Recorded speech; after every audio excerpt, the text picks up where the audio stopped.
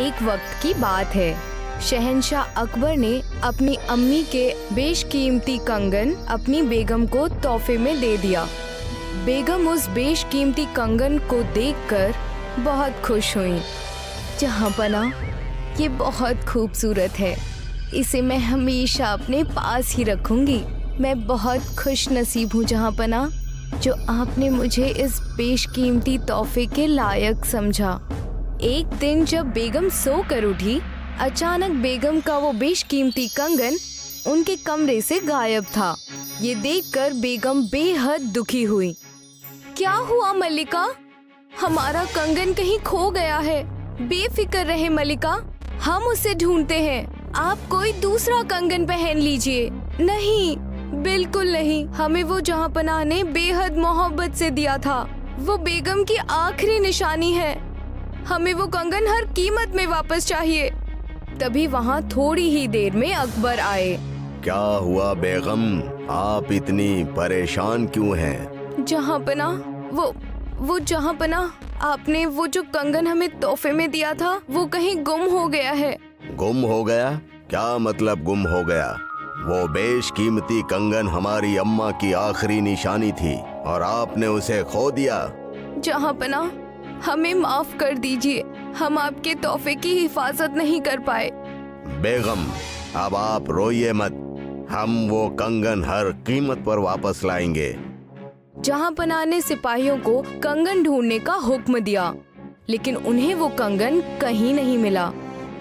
माफ कीजिए जहाँपनाह, हमने कंगन बहुत खोजे मगर वो हमें कहीं नहीं मिले। जहाँपनाह, हमें लगता है कि कंगन गुम नहीं हुए हैं, बल्कि किसी ने उसे चुरा लिया है। चुरा लिया है? हमारे महल में चोरी की हिमाकत किसने की? अब मुझे लगता है कि बीरबल ही इस मामले को सुलझा सकता है। बादशाह ने बीरबल को दरबार में बुलाया।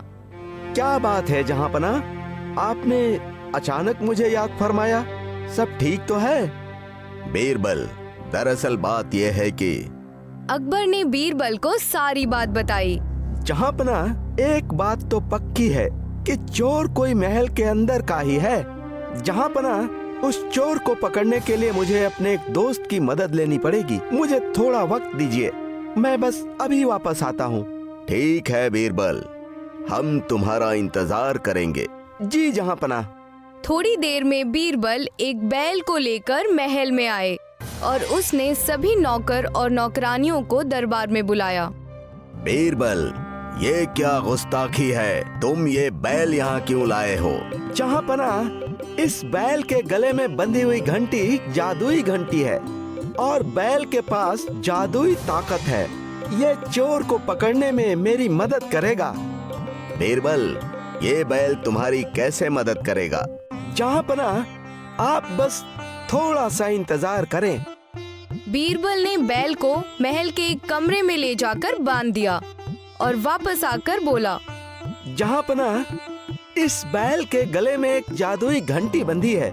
कमरे में एक एक करके सिपाही और नौकरानियों को आना है और सबको बैल के गले में बंधी हुई उस जादुई घंटी को बजाकर ये बोलना है कि वो चोर नहीं है। जादुई घंटी को छूते ही अगर चोर ने झूठ बोलने की कोशिश की तो बैल तुरंत ही उस चोर को पहचान लेगा और मुझे बता देगा। ठीक है बीरबल, अब तो हम भी ये जादुई करतब देखना चाहते हैं। अब सभी नौकर और नौकरानियां एक एक कर कमरे में अंदर जाते हैं और घंटी को बजाकर कहते हैं कि मैंने चोरी नहीं की, और फिर सभी दरबार में वापस आकर खड़े हो जाते हैं। जहाँपनाह, अब मैं बैल से पूछ कर आता हूँ कि असली चोर कौन है। बीरबल कमरे से वापस आते हैं। आप सभी इस पानी में अपने हाथ डुबोइए।